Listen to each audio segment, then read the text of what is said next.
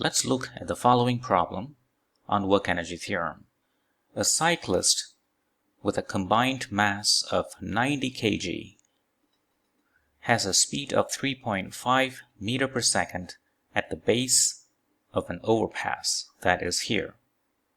At the top of that overpass, at that location namely, the speed of that cyclist is 1.6 meter per second. The vertical height of the overpass is 5.5 meters.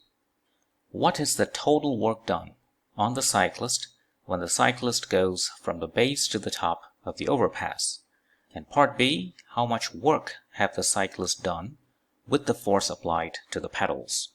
If you look at the position of the cyclist, whether at the base or at the top, there are two forces acting on the cyclist.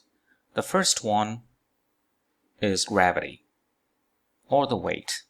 The second force is force by the cyclist applied to the pedals. That is pushing him or her forward. You can call that capital F. The same thing happens at the top of the overpass. So you have the weight vertically downward and that force from the cyclist on the pedals forward. So we write the total work equals the work due to gravity plus the work due to that cyclist. Let's denote that as W sub F. However, from work energy theorem, we also know the total work done on an object is the same as the change in kinetic energy of the object. So the final kinetic energy minus the initial kinetic energy. To answer part A, all we need is that part of that work energy theorem. Let's assume the base position of the cyclist is the initial position and the top position is the final position.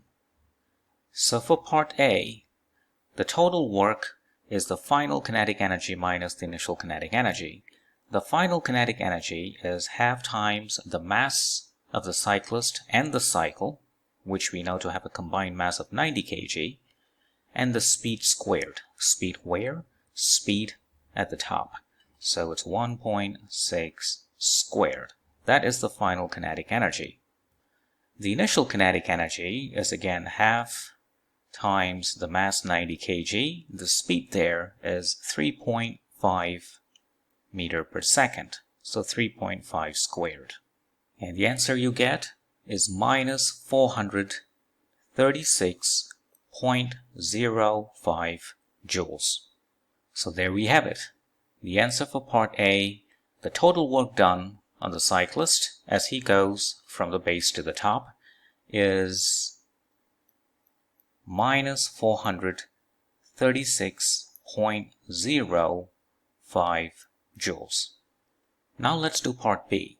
What is the work done by the cyclist as he applies force to the pedals? Remember the expression, the total work equals the work by gravity plus the work due to that force from the cyclist. What we want to determine is that this have been calculated in part A. This one we can calculate directly, namely the work done by gravity. Gravitational force, namely the weight, acts vertically downward. Note the displacement. The displacement of the cyclist from the initial state to the final state is upward. So the work due to gravity equals the gravitational force. In this case, it is just the weight. Weight is the mass times gravity. The direction of that weight is downward, so it's minus j hat. J hat is the unit vector in an upward direction, so minus j hat is the unit vector in a downward direction. What is displacement? The magnitude of the displacement is 5.5 meters and the direction is upward. So it's 5.5 j hat meters. Remember, we are using the result. Work is dot product of force that is doing that work and the displacement as a result of that force. And the answer is minus 4,855.95 joules. The reason for the negative sign here is that you have minus j hat dotted into j hat. The answer is minus 1.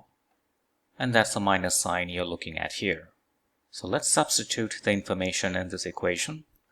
Wt is the answer from part A, so which is minus 436.05 joules. Wg is that, so that is the work due to gravity, minus 4,855.95 joules. And you see you can solve for W sub F, which is the work that the cyclists are doing by applying force to the pedals, which will give you 4,420 joules. And that solves the problem. Thank you for watching.